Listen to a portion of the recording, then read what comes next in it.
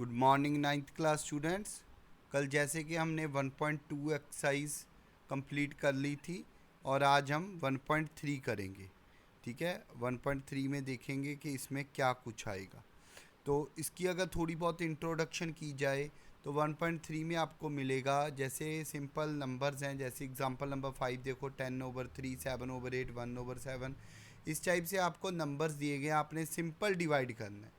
और जब आप डिवाइड करोगे देखोगे आपको दो टाइप के नंबर मिल रहे होंगे, मतलब दो टाइप के कोशेंट मिल रहे होंगे। एक तो वो कोशेंट होंगे जो कहीं ना कहीं किसी स्टेज पर ख़त्म हो जाएगा, उसका रिमाइंडर मतलब जीरो। जैसे आप मिडल वाला देख रहे हो 7/8, उन्होंने वो डिवाइड करते गए और रिमाइंडर जीरो आ गया।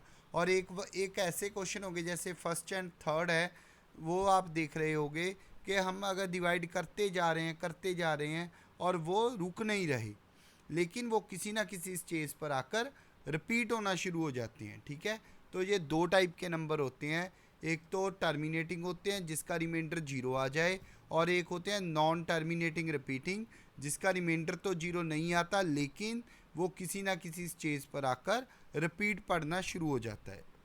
ठीक है, एक तो इस टाइप के क्वेश्चंस होते हैं। और दूसरा टाइप इसमें हम देखेंगे कि अभी हमने बोला कि नॉन टर्मिनेटिंग रिपीटिंग वो आते तो रैशनल में है। तो अगर आपको नॉन टर्मिनेटिंग रिपीटिंग नंबर दे दिया जाए तो उसको आप P/Q की फॉर्म में कैसे लिखोगे। ठीक है, तो इस टाइप के क्वेश्चन हमने आज करने हैं। तो उसके लिए ओपन करो 1.3 एक्सरसाइज 1.3 का फर्स्ट क्वेश्चन देखते हैं। आपको जहाँ 6 क्वेश्चन है छोटे छोटे, वो आपको मतलब रैशनल फॉर्म में दिए गए हैं और आपने उसको सॉल्व करने हैं और ये बताना है कि टर्मिनेटिंग है या नॉन टर्मिनेटिंग रिपीटिंग है। तो चलिए हम इसके आंसर की पर चलते हैं, वहीं से समझाते हैं। ठीक है, हाँ जी स्टूडेंट्स, अब आप देख रहे होंगे 1.3 एक्सरसाइज को। ठीक है, 1.3 के जो पहले 6 क्वेश्चन हैं उन्होंने सिंपल डिवाइड करके देखा है।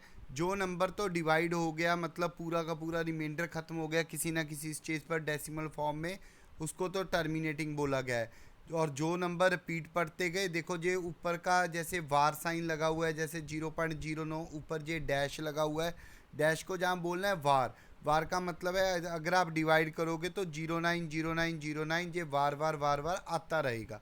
तो इस टाइप के नंबर को नॉन टर्मिनेटिंग रिपीटिंग या फिर रैकरिंग भी बोल सकते हैं। इन्होंने जैसे रैकरिंग वर्ड यूज़ किया है तो आप भी कर सकते हो। ठीक है, अब आ जाओ सेकंड क्वेश्चन के ऊपर। सेकंड क्वेश्चन बिल्कुल इजी सा क्वेश्चन है। सेकंड क्वेश्चन में क्या है, आपको 1 को 7 के साथ डिवाइड करके दे दी गई है। आपने बाकी की वैल्यू 2, 3, 4, 5, 6 की निकालनी है। तो ये बिल्कुल सिंपल है। 2/7 का मतलब है 2 को जो 1/7 की वैल्यू दी गई है उसके साथ सिंपल मल्टीप्लाई कर लो। ठीक है ना, ऐसी 3/7 के लिए 3 को 1/7 से मल्टीप्लाई, 1/7 का मतलब वो वाली एक ऊपर वैल्यू दी गई है उसके साथ सिंपल मल्टीप्लाई करना है। इसी टाइप से 5 और 6 वाला करना है। ठीक है, फिर आ जाओ थर्ड क्वेश्चन के ऊपर। थर्ड क्वेश्चन में क्या है, ये आगे आपके जो नॉन टर्मिनेटिंग रिपीटिंग नंबर दिया गया और उसको P/Q की फॉर्म में रखना है। देखो इसको लिखते कैसे हैं, सबसे पहले इस नंबर को आपने x मान लेना है जो कि 0.6 का रिपीट है। 6 का रिपीट का मतलब 6 पता ही नहीं कितने बार आ रहा है। अब हमने दोनों तरफ एक मल्टीप्लाई करनी होती है। वो मल्टीप्लाई किसके साथ करनी है, देखो जितने डिजिट्स के ऊपर रिपीट का जो वार का साइन है उतनी जीरोस के साथ, मतलब आप 10, 100, 1000 ऐसे सोचना होता है। जैसे जहाँ सिर्फ 6 के ऊपर है तो एक ही अक्षर है तो हमने मल्टीप्लाई करेंगे 10 के साथ। तो x को भी 10 के साथ मल्टीप्लाई करो तो 10x हो गया। 0.6 के रिपीट को किया तो 10 कार्नर तो डेसिमल का एक का वर्ड आगे आ जाएगा, मतलब ये 6.6 का रिपीट बन जाएगा। ठीक है, तो फिर हमने क्या करना है, जो 10x और 6.6 का रिपीट है, जो 6.6 का रिपीट है उसको दो हिस्सों में तोड़ लो, 6 को अलग निकाल लो और जो पीछे बचेगा वो होगा हमारा x। तो x को 10x की तरफ ले जाओ तो वो बन गया 9x। तो x की यहाँ से वैल्यू फाइंड आउट कर लो।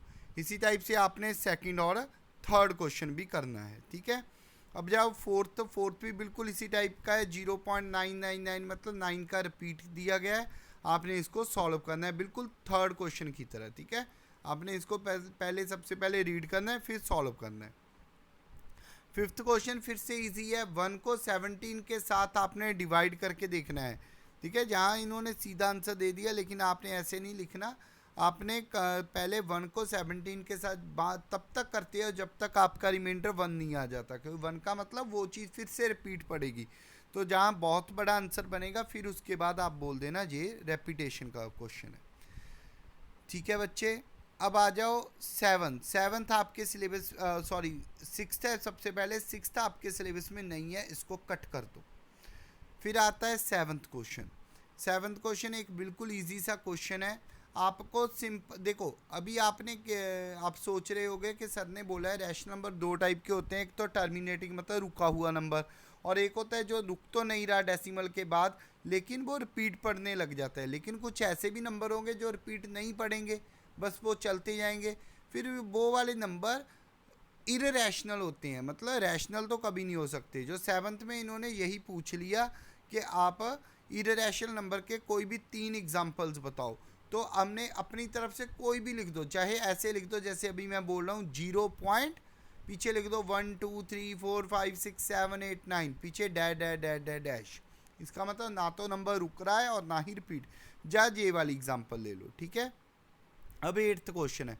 8th क्वेश्चन में 3 इररेशनल नंबर बताने हैं, तो फिर आ जाए 5/7 एंड 9/11। सबसे पहले आपने 5/7 एंड 9/11 की वैल्यू फाइंड आउट कर लेनी है, ठीक है। वैल्यू कैसे फाइंड आउट करोगे, वैसे ही डिवाइड करके।